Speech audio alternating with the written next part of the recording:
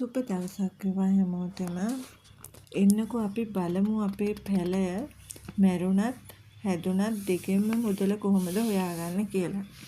මුලින්ම අපි මේ වගා කරන පැල සාමාන්‍යයෙන් ඇන්ටෝරියම් නෙවෙයි මොන පැලේ හැදුවත් අපි මිරිස් හැදුවත් තේ හැදුවත් අපි වගා කරන ප්‍රමාණයෙන් ගහක් දෙකක් අනිවාර්යයෙන්ම මැරෙනවා. ඒක ඉතින් සාමාන්‍ය දෙයක්. ඉතින් අපි මම මේ පෙන්නන රේන්බෝ ගහ මම ගත්තේ රුපියල් 1000කට ලොකු ගහක් මලකුත් එක්කම. ඉතින් ඒක මම කට් කරලා පැල 10කට වැඩිය බෝ කරගෙන තියෙනවා. පැල 4-5ක් සේල් කරලත් තියෙනවා. චූටි පැලක් තව තියෙනවා. ඉතින් අපි තවත් ගහක් කට් කරලා අපිට ඒ ගහ මැරිලම ගියා කියමුකෝ.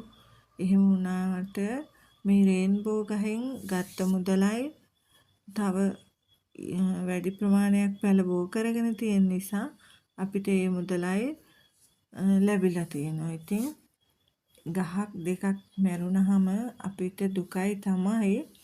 ඒත් ඉතින් අපි වගාව අත්හරින්න නැතුව ඉදිරියට ලස්සනට දන්න වැඩ ටික දාලා හොඳට කරගෙන යන්න ඕන.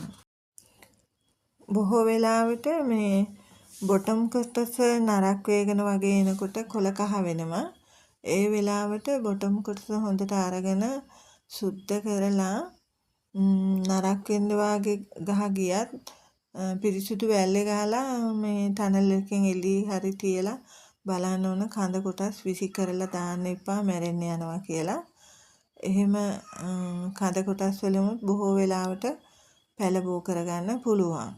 මේ කඳ කොටස් උස වුණාමත් කඳ කොටස් දෙකට වාගේ කපලා තව පැල වැඩි ප්‍රමාණයක් බෝ කරගන්න පුළුවන්.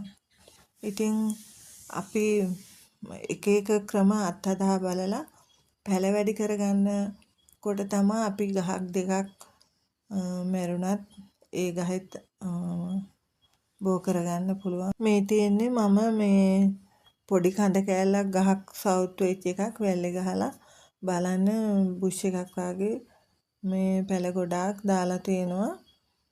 ඒක දැන් මම මේ හදන්නේ ආය පොඩ්ඩක් කොහොබත් වගේ දාලා රිපෝට් කරගන්න.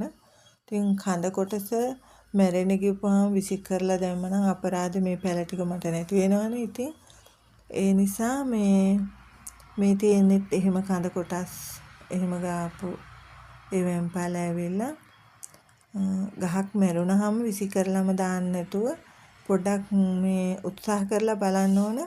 ඒක කොහොම හරි මේ පැලයක් දෙකක් බෝ කරගන්න. ඉතින් ගහක් මැරුණට වගාව අතාරින්න නැතුව ලස්සනට මේ වගාව කරගෙන යන්න හැමෝටම එකතු වෙන්න කියලා මම